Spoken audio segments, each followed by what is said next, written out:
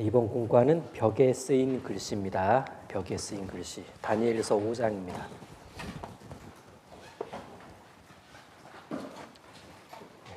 다니엘 5장.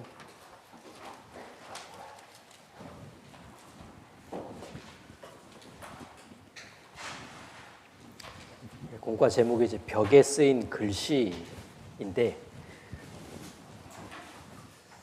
이렇게 손가락에 나와서 이렇게 벽에 쓰잖아요. 이걸 이제 좀 관점을 달리해서 제목을 붙이면 심판의 손 이렇게 말하기도 해요. 심판의 손. 5장 1절부터 6절까지, 1절부터 6절까지 천천히 같이 읽겠습니다. 벨사살 왕이 그 귀인 1,000명을 위하여 큰 잔치를 배설하고 그 1,000명 앞에서 술을 마시니라. 벨사살이 술을 마실 때 명하여 그 부친 느부갓네살이 예루살렘 전에서 취하여 온 금, 은, 기명을 가져오게 하였으니 이는 왕과 귀인들과 왕후들과 빈궁들이 다 그곳으로 마시려 함이었더라. 이에 예루살렘 하나님의 전 성소 중에서 취하여 온 금 기명을 가져오매 왕이 그 귀인들과 왕후들과 빈궁들로 더불어 그것으로 마시고 무리가 술을 마시고는 그 금, 은, 동, 철, 목, 석으로 만든 신들을 찬양하니라. 그때 사람의 손가락이 나타나서 왕궁 촛대 맞은편 분벽에 글자를 쓰는데 왕이 그 글자 쓰는 손가락을 본지라. 이에 왕의 즐기던 빛이 변하고 그 생각이 번민하여 넓적다리 마디가 눕는 듯하고 그 무릎이 서로 부딪힌지라. 22절부터 31절까지 끝까지는 제가 읽어 올리겠습니다. 벨사살이여, 왕은 그의 아들이 되어서 이것을 다 알고도 오히려 마음을 낮추지 아니하고 도리어 스스로 높여서 하늘의 주제를 거역하고 그 전 기명을 왕의 앞으로 가져다가 왕과 귀인들과 왕후들과 빈궁들이 다 그것으로 술을 마시고 왕이 또 보지도 듣지도 알지도 못하는 금은동철 목석으로 만든 신상들을 찬양하고 도리어 왕의 호흡을 주장하시고 왕의 모든 길을 작정하시는 하나님께는 영광을 돌리지 아니한지라. 이러므로 그의 앞에서 이 손가락이 나와서 이 글을 기록하였나이다. 기록하는 글자는 이것이니 곧 메네 메네 데겔 우 바르신이라. 그 뜻을 해석하건대 메네는 하나님이 이미 왕의 나라의 시대를 세어서 그것을 끝나게 하셨다 하며 데겔은 왕이 저울에 달려서 부족함이 되었다 하며 베레스는 왕의 나라가 나뉘어서 메대와 바사 사람에게 준 바 되었다 함이니이다. 이에 벨사살이 명하여 무리로 다니엘에게 자수옷을 입히게 하며 금사슬로 그의 목에 들이우게 하고 그를 위하여 조서를 내려 나라의 셋째 치리자를 삼으니라. 그날 밤에 갈대아 왕 벨사살이 죽임을 당하였고 메대 사람 다리오가 나라를 얻었는데 때 다리오는 62세였더라. 자, 이 5장은 바벨론 제국의 마지막 왕, 마지막 황제에 대한 이야기인데 벨사살입니다. 그런데 이 이름이 역사가들 사이에서는 오랫동안 이제 고민거리였습니다. 세계사 역사 기록에는 바벨론의 마지막 황제 이름이 나보니두스라고 나와 있는데 성경에는 벨사살이라는 사람이 실감나게 마지막 왕으로 소개되어 있기 때문입니다. 그리고 역사서 계보에도 벨사살이라는 이름이 아예 안 나오더라라는 얘기예요. 그래서 학자들이 이거 다니엘서 사실 맞나? 뭐 이런 좀 의심 내지는 부인. 자, 이렇게 한번 시작을 해봅니다. 요 앞장, 4장 앞장, 5장 앞장, 4장까지 등장했던 왕이 느부갓네살 왕인데 느부갓네살이 이제 죽었습니다. 그러자 그의 아들이 왕위에 올랐어요. 그리고 이 왕의 이름이 실제 열왕기 하 마지막에 등장합니다. 왜냐하면 그가 여호야긴, 유다왕 여호야긴을 이제 석방도 시켜줬고 그 권위를 회복시켜준 왕이기 때문에 그래서 느부갓네살의 아들 왕 이름이 열왕기하 끝에 소개가 됩니다. 이건 한번 눈으로 확인해 보고 넘어가겠습니다. 접으시고요. 열왕기하 25장입니다. 열왕기하 25장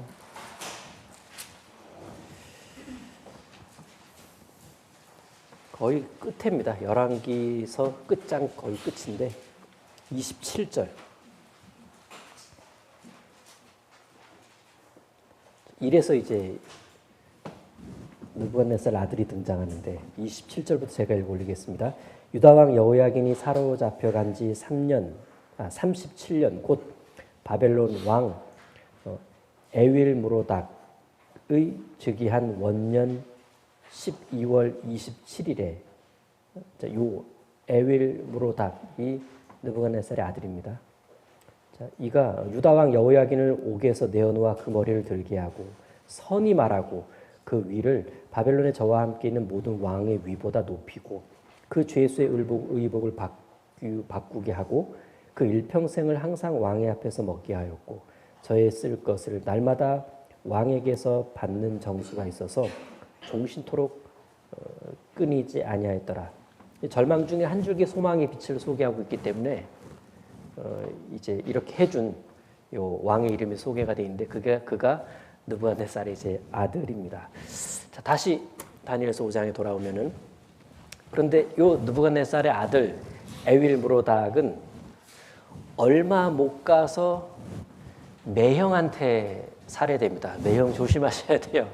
매형한테 살해당합니다. 자, 그리고 그 매형이 이제 왕위에 오릅니다. 그러니까 느부갓네살의 사위가 왕이 된 건데 그가 이제 제법 15년을 통치합니다. 그러다가 이제는 그 사위, 그러니까 그의 이제 아들이 왕을 물려받아요.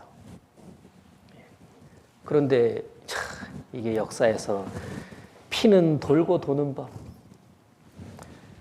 이 처남을 죽여서 왕이 되고 자기 아들한테 왕위를 물려주긴 했는데 이렇게 왕이 된 이 아들은요.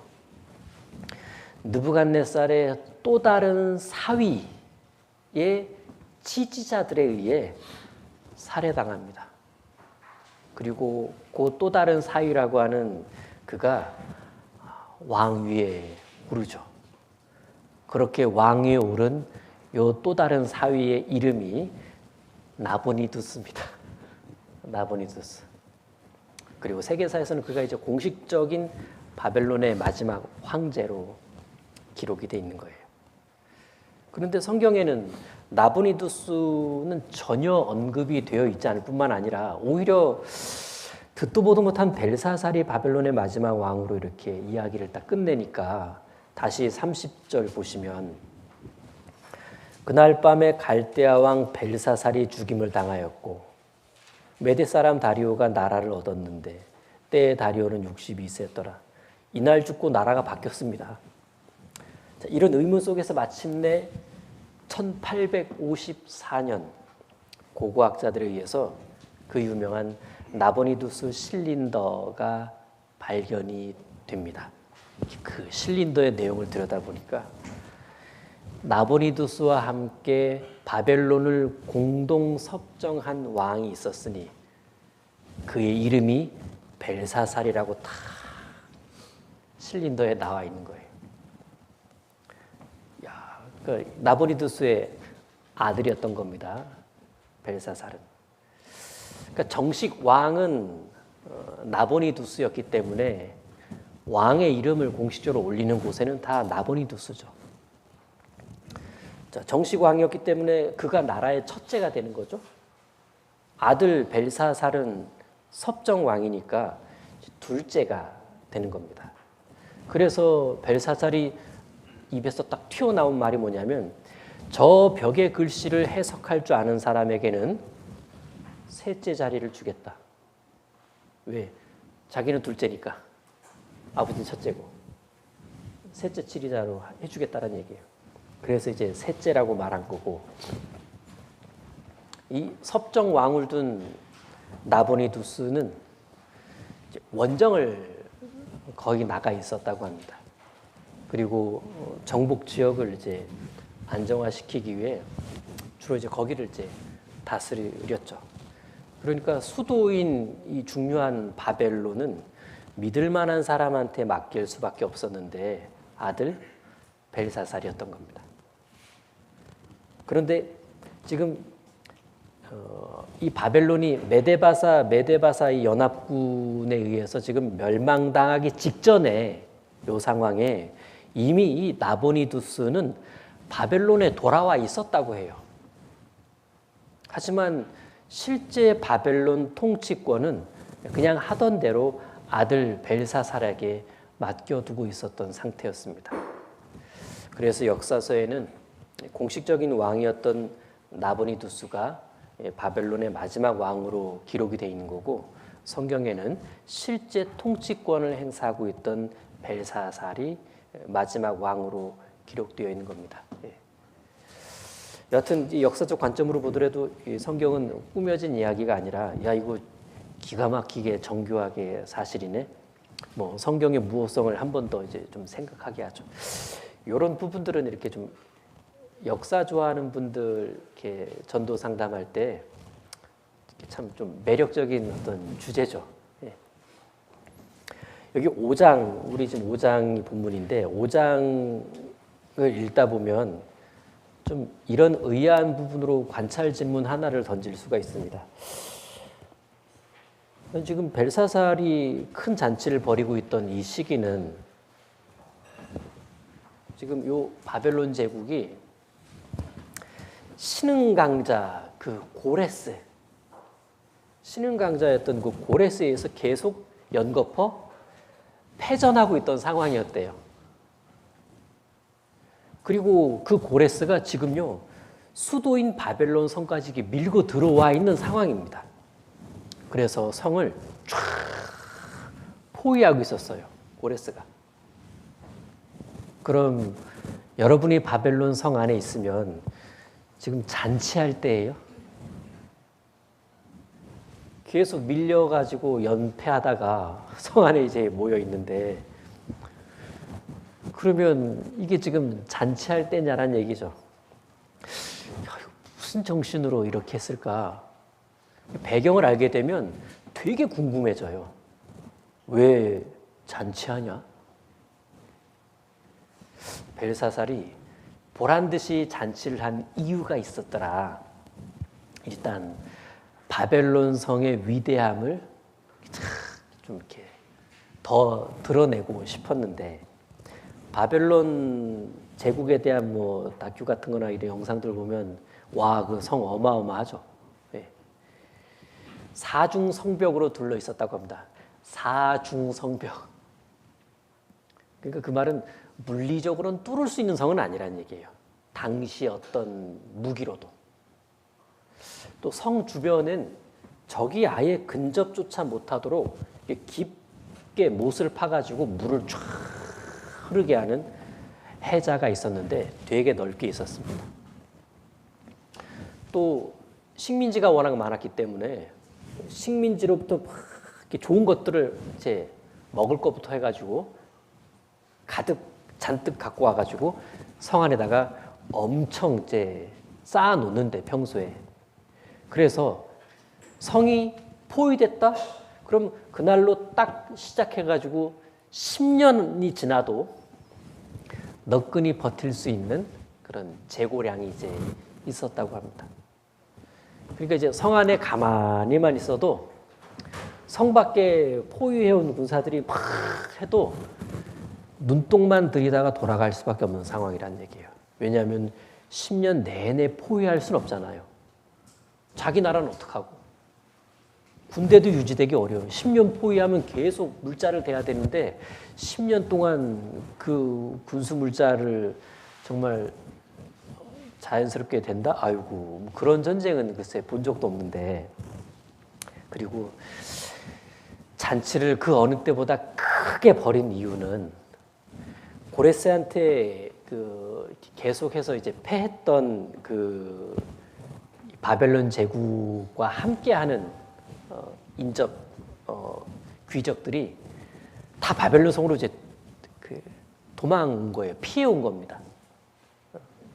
그래서 벨사살은요, 그들을 이제 위로해주고 용기를 북돋아주고, 여러분 걱정하지 마십시오.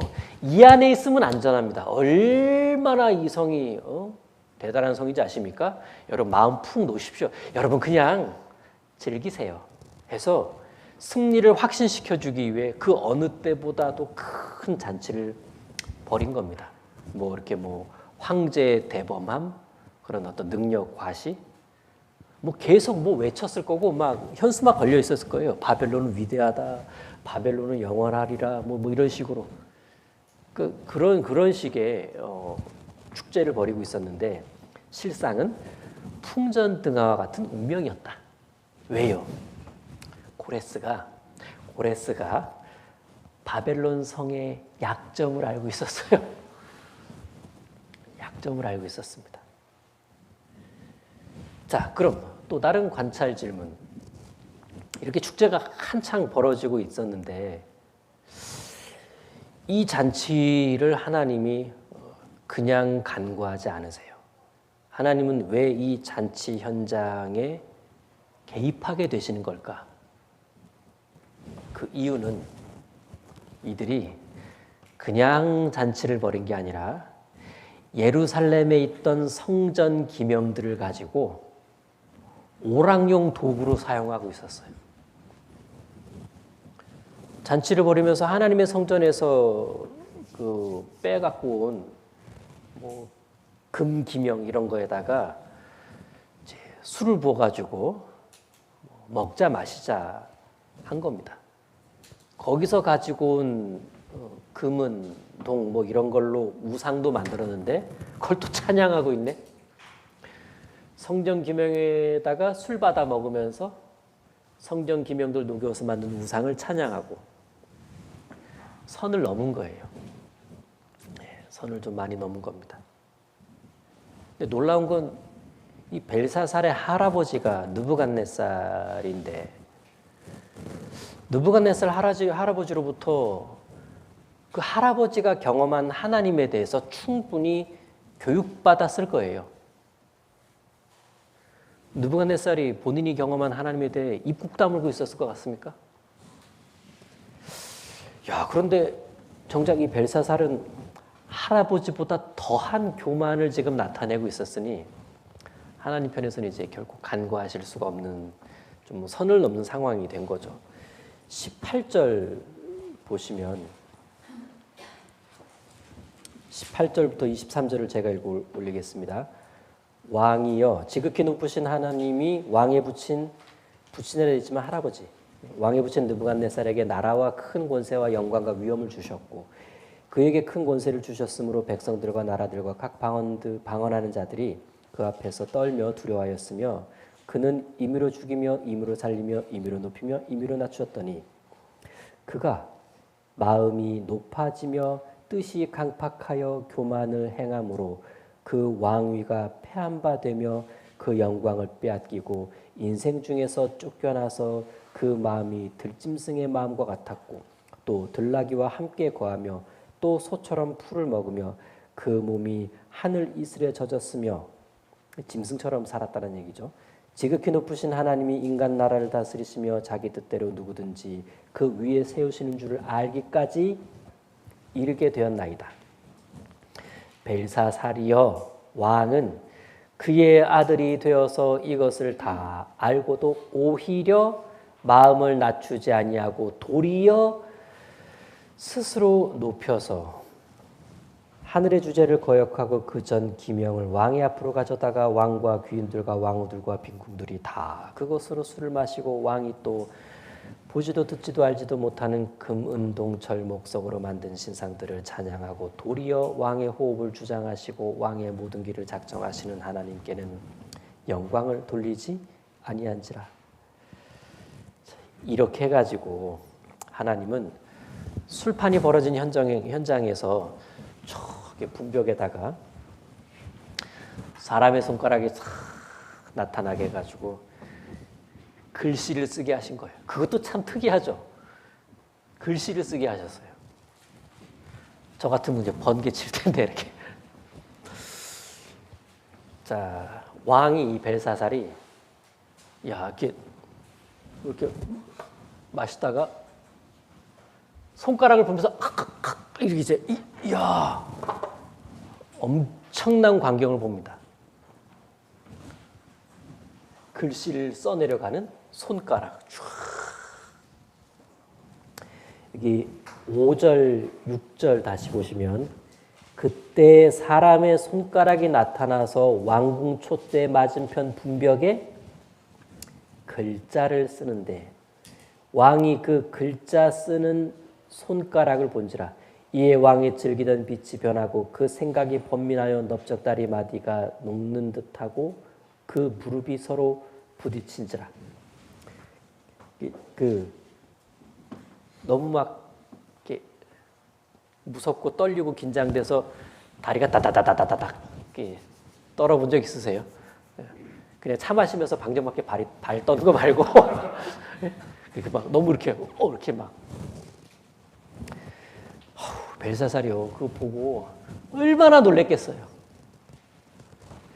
만일 여러분이 지금 그냥 재밌게 야금야금 지금 죄를 짓고 있는데 갑자기 손가락 같은 것이 붕 떠다니더니만 손가락 보겠죠?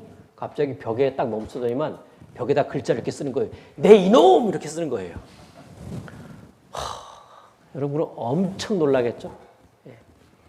아마 새파랗게 질려서 이제 바지가 다 젖을지도 모릅니다.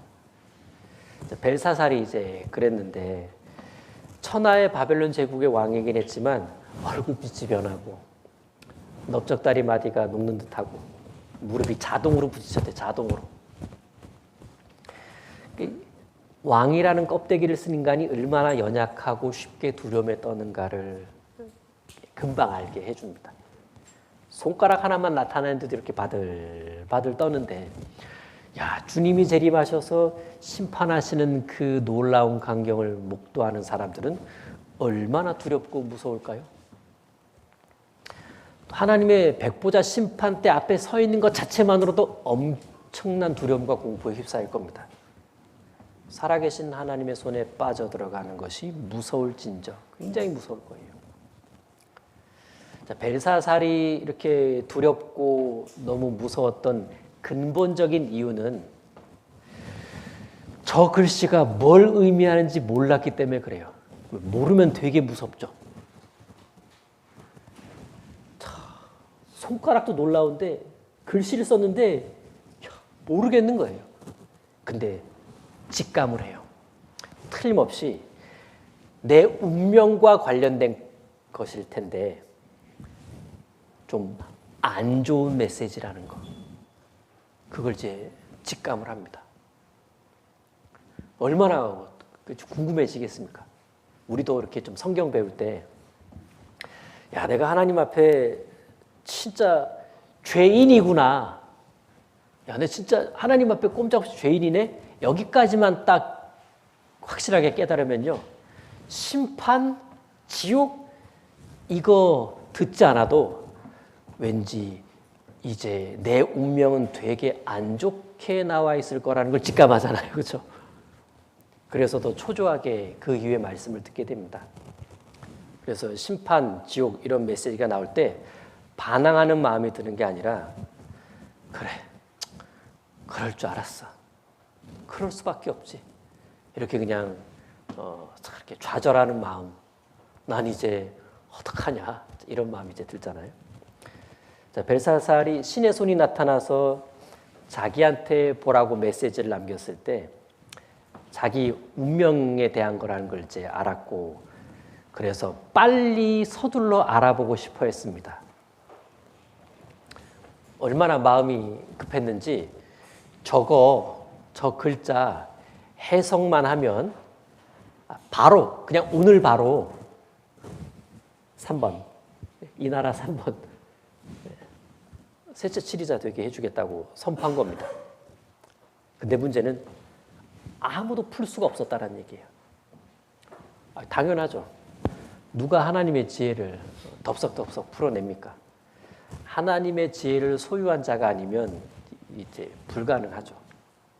이때 태후가 등장해요. 느부갓네살의 아내라고 추정되는데 지혜로운 여인이었던 것 같습니다. 벨사살 입장에서는 이제 할머니가 자기한테 와서 권고를 해주시는 거예요. 아마 귀를 기울였겠죠. 5장 10절 보시면 태후가 왕과 그 귀인들의 말로 인하여 잔치하는 궁에 들어왔더니 참석 안 했다가 들어온 겁니다. 이에 말하여 가로되 왕이여 만세수를 하옵소서 왕의 생각을 번민케 말며 낯빛을 변할 것이 아니니이다. 왕의 나라에 거룩한 신들의 영이 있는 사람이 있으니 곧 왕의 부친 때 있던 자로서 명철과 총명과 지혜가 있어 신들의 지혜와 같은 자라. 왕의 부친 느부갓네살 왕이 그를 세워 박수와 술객과 갈대아 술사와 점장이의 어른을 삼으셨으니 왕이 벨드사살이라 이름한 이 다니엘의 마음이 민첩하고 지식과 총명이 있어 능히 꿈을 해석하며 은밀한 말을 밝히며 의문을 파할 수 있었습니다. 이제 다니엘을 부르소서. 그리하시면 그가 그 해석을 알려드리리이다. 이렇게 해가지고 다니엘과 벨사살이 연결됩니다. 부름을 받습니다. 다니엘이 요 연회장에 도착해서 벽에 쓰인 글씨를 딱 보니까 이게 보자마자 읽혀지는 거예요. 읽자마자 바로 뜻을 알아버리는 겁니다. 참 이게 뭐 대단한 게 아니고 누가 여러분들에게 이렇게 구약 성경에 뭐 이렇게 물어보면 우리가 맨날 전도 집회 때 들었던 거 있잖아요. 갑자기 물어보면 그 이거야. 그럼 그분이 너 성경 박사냐? 네. 아닌데 그건 아닌데 그렇죠? 예, 그건 아닌데. 그래서 이제 다니엘이 그냥 금방.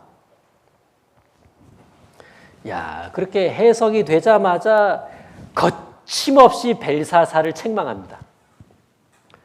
왜 당신은 할아버지 느부갓네살의 교훈을 업신여기고 이토록 교만하게 사는 거냐고. 그게 아까 읽었던 18절 이후 쭉 이제 내용입니다. 자, 그렇게 막 왕한테 이제 막 이렇게 타타타 이렇게 할 말 따닥 한 다음에 그럼 이제 풀어드리겠다고 글씨를 이제 풉니다. 22절, 25절. 기록한 글자는 이것이니 곧 메네 데겔 우 바르신. 우하고 띄어서 바르신인 게 더 좋습니다. 우 바르신이라. 자, 그 뜻을 해석하건대 메네는 하나님이 이미 왕의 나라의 시대를 세워서 그것을 끝나게 하셨다며. 자, 이거 단어 뜻을 설명한 게 아니라 그 단어 뜻을 정확하게 풀어준 겁니다. 해석을 해준 거예요. 이 단어와 이 단어의 의미를 현재 왕의 상황에다 적용시켜줘서 완벽하게 풀어준 겁니다. 27절 데겔은 왕이 저울에 달려서 부족함이 배었다 하며 베레스는 왕의 나라가 나뉘어서 메대와 바사 사람에게 준 바 되었다 함이니라. 야, 뭐 망설임 없이 뜸들이지 않고 그냥 딱 단어 자체는요. 메네는 세어보다라는 뜻이에요. 단어 뜻 자체는 데겔은 달아보다라는 뜻입니다. 메네, 메네, 셌다. 메네, 또 셌다. 대결, 따라봤다. 그 다음, 우바르시는 조각내다라는 뜻입니다. 뭐, 빻아서 조각내든, 뭐 찢어서 조각내든, 찢어서 조각내다에 좀 더 가깝다고는 하는데, 하여튼 조각내버린 겁니다. 근데 여기 28절에는 베레스라고 했는데 우바르신을 수동태로 바꾼 표현이라고 합니다. 그러니까 우바르신이 이렇게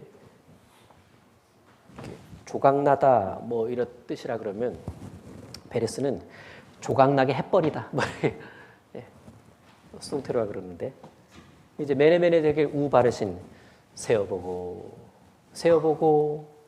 달아보니 조각이 나겠구나 이렇게 딱 쓴 거예요. 흥미로운 사실은요. 이 메네메네 데겔 우바르시는 아람어예요. 아람어입니다. 무슨 말이죠? 이 바벨론 당시의 공용어예요. 그러면 이 메네메네 데겔 우바르신이 정상적으로 기록되었다면 그 연회장에 있던 사람들 다 읽어요. 왜? 지금 사용하고 있는 말이니까. 야, 다 읽을 수 있는 글자인데 왜 못 읽었을까? 그러니까 하나님은 이 글자를 손가락으로 이렇게 쓰실 때요. 틀림없이 이게 아람어를 쓰시는데 당시 사람들이 알아볼 수 없는 어떤 형태로 기록을 하셨다는 얘기예요. 어떤 식인지 우리가 몰라요. 그래서 아람어임에도 불구하고 바벨론의 학자들조차 이 글자를 읽어내지를 못합니다. 이상하게 까막눈이었던 거예요. 하지만 다니엘은 하나님의 지혜가 있는 사람이었기 때문에 글자 정확하게 읽어나갑니다. 참 뭐 비슷한 예를 들자면 똑같은 한글 성경 보는데 이 영원한 속죄가 눈에 들어오는 사람이 있고 뭔 말인지 모르고 그냥 좋은 거겠구나 하고 넘어가는 사람이 있고 성령의 조명을 통해서만 깨달을 수 있는 이 성경 말씀. 우리가 같은 성경 보는데 왜 이걸 못 읽냐? 안 읽히냐? 못 알아듣냐? 사도 바울도요.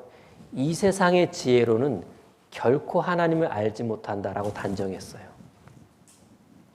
뭐 그런 맥락에서 보자면 아람어이긴 했지만 읽어낼 수 없는 아람어. 그런데 하나님의 지혜로 읽으면 그 아람어가 정확히 무슨 뜻인지까지 따다다닥 읽어내려가는 그런 참 좀 신기한. 자, 다시 메네 데겔 우바르신 세어보고 달아보니 조각이 나겠구나. 여기서 흥미로운 사실은 메네를 2번 반복하셨다는 얘기입니다. 메네. 왜 2번 반복하셨을까? 하나님께서 이 바벨론 제국과 이 왕의 통치에 대해서 그냥 얼추 한 번만 계산해 보신 건 아니란 얘기예요. 거듭 계산해 보신 겁니다. 즉 하나님이 심판에 대한 결정을 내릴 때에는 굉장히 신중하시다는 얘기예요. 그래서 이 바벨론 나라를 조각내가지고 쪼개가지고 메데바사에게 넘겨주기로 결정하신 이 과정에서는요. 하나님께서 굉장히 거듭된 정확한 계산에 근거한 거였다. 거듭 계산하시면서 얼마나 마음이 짠하셨겠습니까? 이어지는 말씀을 보면 26절 다시 보시면 그 뜻을 해석하건대 메네 뜻 자체는 세어본다라 그랬는데 자, 메네는 하나님이 이미 왕의 나라의 시대를 세워서 그것을 끝나게 하셨다며. 야, 이게 참 메네에 쓴데 세워봤다를 바로 왕과 바벨론을 연결시켜서 그 자리에서 즉시 풀어낼 수 있냐. 와,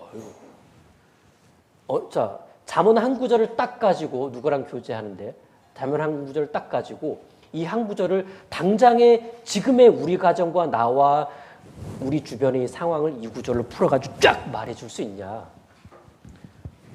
쉽진 않아요.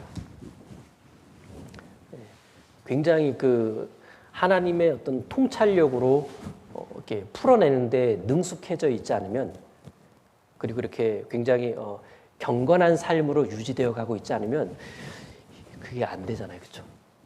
야, 다니엘이요. 바로 세워보다라는 그 메네를 가지고 이건 하나님이 이미 왕의 나라의 시대를 세워보니 야, 기한이 다 됐구나. 마지노선까지 왔구나. 이 뜻이다. 이렇게 다 풀어낸 거예요. 20절. 데겔은 왕이 저울에 달려서 부족함이 배웠다며. 데겔은 그냥 달아보다라는 단어에 불과한데 왕 달아봤다 그랬잖아요. 지금 왕 달아봤다 그랬잖아요. 게다가 달아본 결과도 얘기해주잖아요. 부족하다. 달아만 봤다라는 단어만 나왔지 누굴 달았으며 달아본 결과가 무거운지 가벼운지 어떤지 그건 안 나와 있는데 다 풀어내는 거 보세요. 왜? 그 뒤에 우바르신이 있기 때문에 메네와 데겔을 풀어낼 수가 있었던 겁니다. 조각내버린다 그러잖아요. 야, 그런데 조각내다 28절에 베레스는 왕의 나라가 나뉘어서 메데아 바사 사람에게 준바되었다 함이니라. 이 조각내다라는 걸 이제 나라를 조각내서 이 나라의 이제 그 일부부터가 이제 다른 제국에게로 넘어간다라는, 조각낸다라는 뜻에 불과한데 이 나라가 조각나는 거며 그 조각난 부분이 결국은 다른 세력에게 넘어간다는 것까지 연결해서 풀어내는 걸 보면요, 대단한 겁니다. 자, 그래서 결론은 벨사살, 하나님은 당신을 세워보셨고 당신을 달아본 결과 당신은 하나님 보실 때 형편없이 부족한 사람이다. 예. 자, 이걸 이제 벨사살에게 실감나게 탁 교훈해 준 겁니다.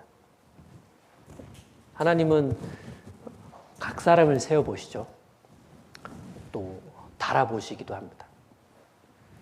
데겔, 저울처럼 정확히 달아보시는 분이 하나님이시다. 위선인지 아닌지도 달아보시고 외식인지 아닌지도 달아보시고 형식인지 아닌지 달아보시고 저게 사랑인지 아닌지도 달아보십니다. 거짓인지 아니신지도 하나님은 달아보시죠. 정확히 달아보시니까 사무엘상 2장 3절 말씀처럼 여호와는 지식의 하나님이시라 행동을 달아보시느니라. 내 신앙생활도 달아보시죠. 봉사도 달아볼 거예요. 매 주일도 달아보시겠죠. 분반도 통째로 달아보시기도 할 겁니다. 무엇보다 내 믿음을 늘 달아보실 것 같아요. 사람들은 하루에 여러 번 자기 몸무게를 달아보기도 합니다. 일어나자마자 화장실 갔다 와서 아침밥 먹고 나서 퇴근하고 나서 또는 저녁 먹고 나서. 왜 달아보는 걸까요? 치밀하게 자기 몸을 관리하려고 그러는 거예요. 그래서 합당한 육체를 유지한다나? 아무튼 예. 야, 그렇게 자기 육체를 끊임없이 이렇게 달아보는 걸 보면 대단한 거예요. 달아보니까 관리가 되는 거잖아요. 한 달에 한 번 달아보는 사람은 관리가 안 되죠. 그렇죠? 하루에 여러 번 달아보는, 꾸준히 규칙적으로 달아보는 사람은 이 관리가 돼요. 우리의 신앙도 매일매일 여러 번 규칙적으로 달아볼 수 있다면 신앙도 꽤 굴곡적게 유지될 거라는 생각이 듭니다. 자주 달아볼수록요, 이렇게 좀 유지가 훨씬 잘 될 거예요. 신앙이 치밀하게 관리될 거란 뜻입니다. 그런 면에서 이 성경이, 이 말씀이 내 신앙에 저울인 것은 틀림없습니다. 매일매일 말씀 앞에 나를 달아보죠. 내 마음을 달아봅니다. 말씀의 눈금이 내 상태를 정확하게 표시를 해주잖아요. 부족하다 또는 합당하다 이렇게. 벨사살을 달아보신 하나님. 벨사살은 그날 밤 조각이 났는데 나라가 망했습니다. 자기만 죽임당하고 끝난 게 아니라 바벨론이 최후를 맞이하게 돼요. 30절 다시 보시면 그날 밤에 정말 없었으면 하는 밤이죠. 그날 밤에 갈대아 왕 벨사살이 죽임을 당하였고 메대 사람 다리오가 나라를 얻었는데 자기는 죽임당하고 나라는 빼앗겼잖아요. 그때 다리오는 62세였더라. 이 5장 잔치가 한창 진행 중일 때 바벨론 성 밖에 메데바사 연합군이 당도해 있었다고 말씀드렸습니다. 포위하고 있었던 거예요, 진작에. 연합군이 아까 고레스가 선봉에 있는 이 연합군이 바벨론 성의 약점을 알았다라고 말씀드렸는데 도성 안으로 흐르는 그 유프라테스 강물. 그래서 저쪽에서 유프라테스 강물의 흐름을요, 딴 쪽으로 돌려버려요. 그러니까 밤에 뭐 물이 주는지 안 주는지 몰라. 자, 물이 점점 이 깊은 밤에 밤만 깊어간 게 아니라 물도 수위가 낮아집니다. 어느 정도 낮아지면 들어가라는 일종의 약속이 있었어요. 자, 드디어 강바닥이 드러났고 강바닥을 통해 연합군은 성 안으로 쫙 들어갑니다. 자, 이 당시 이 연합군의 그 선봉에 섰던 사람이, 전체 지휘관은 고레스지만 선봉에 섰던 이게 진입 선봉에 섰던 사람이 고브리아스라는 사람이래요. 이 사람이 바벨론 본토 출신이래요. 고브리아스라는 사람이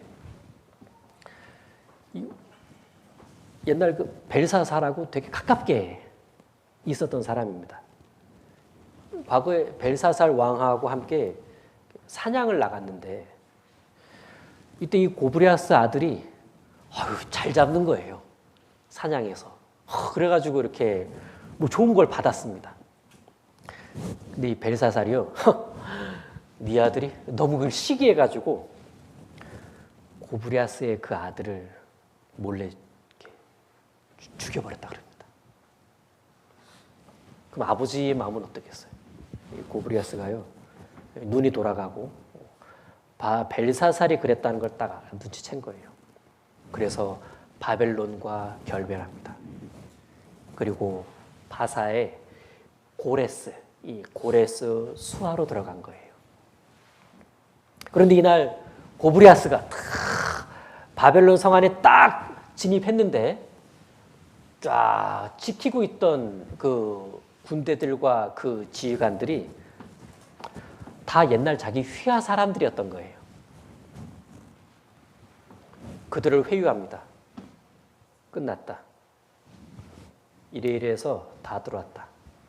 자, 너희들 생명, 목숨, 자리 내가 보장해 주겠다. 나 알지 않냐? 내려놔라. 피 한 방울 흘리지 않고 왕궁을 장악할 수 있었다고 합니다. 그러니까 간밤에 역사가 바뀐 거예요, 이렇게. 예. 안 그랬으면 뭐 몇 날 며칠 싸워야 되잖아요, 그렇죠? 예. 자, 바벨론 정복의 주역은 역시 고레스였는데, 고레스는 자신이 이 전체 제국의 통치자로 나서기 전에, 페르시아 제국이 성립되기 전에 메데바사 이 과도 제국의 이 왕으로 외삼촌인 다리오를 추대합니다. 그래서 여기 끝에 메데 사람 다리오가 나라를 얻었는데, 아, 고레스의 외삼촌이구나. 그리고 요 과도 정부가, 과도 제국이 짧으니까, 예, 다리오는 잠시 동안만 제국을 통치하게 되고, 이제 연합군 최고 사령관이었던 고레스가 통치권을 이어받아서 짜자잔 페르시아 제국의 초대 왕이 됩니다. 자, 정리를 해보면 다니엘서 5장은 잔치로 시작되지만, 그렇죠? 죽음과 멸망으로 끝나요. 이게 하루 만에 일어난 사건입니다. 경각간에 망하는 인생의 모습을 보여주기도 해요. 일이 될 수 있구나. 인생이 정말 하루 같죠? 큰 기쁨의 잔치로 시작했는데 이게 또 갑자기 죽는, 갑자기 망하는 수가 생기네요. 다니엘서 5장은 사실 모든 사람들의 하루 같은 인생을 묘사해 주기도 합니다. 영원할 것만 같았던 이 바벨론 제국, 이 왕국은 속절없이 멸망합니다. 심판을 받은 겁니다. 바벨론의 멸망은 장차 도래할 세상의 멸망에 대한 그림자가 되기도 해요. 세상은 결코 영원하지를 못하죠. 기다리고 있는 건 맹렬한 심판뿐입니다. 마지막 때로 갈수록 죄가 더 충만해지니까 다가오는 심판의 어떤 그 다가가는 속도는 빨라질 거고, 그래서 하루속히 모든 인생들에게는 이제 구원의 기회가 제공돼야 되고, 하루라도 빨리 사람들이 심판을 피해 예수님 안으로 들어와야 됩니다. 그래서 우리는 어떻게든지 간에 누구에게든지 간에 임박한 진노의 심판 앞에 있는 이 세대들에게 복음을 서둘러 전해줄 수밖에 없다. 이런 좀 교훈을 받아봅니다.